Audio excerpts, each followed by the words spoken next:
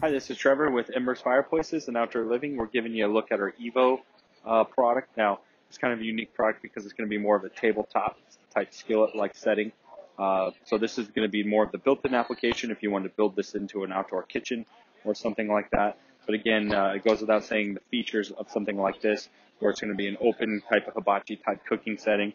And then, all of your waste is going to go down here. You see on the front, we have 2 burners. The advantage of a 2-burner system is we're going to have a single burner on the inside, which you can independently control. So if you wanted high heat on the inside, you could have low heat on the outside. So you have veggies going on the outside, high heat for searing meat, things like that.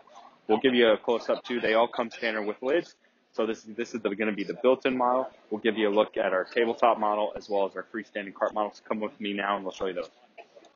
So this is going to be our cart model. So if you didn't have the room to build it into a full outdoor kitchen setting, you can get the cart model, and then this is portable. They all come standard with lids, which is just on a hook here. You can take on and off for easy to use and storage. So it's going to look nice and finished when you're not using it. And then we also have a tabletop model as well, if you want to take it on and off of your countertop, something like that.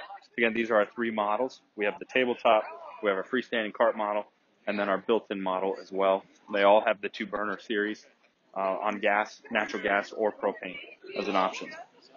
So again, these are our skillet grills by Evo. Thanks a lot for checking out this video. Thanks so much for checking out our channel. If you like this video, give us a thumbs up. You can also subscribe to our channel by clicking in the upper right hand corner. Thanks a lot for checking out our video today.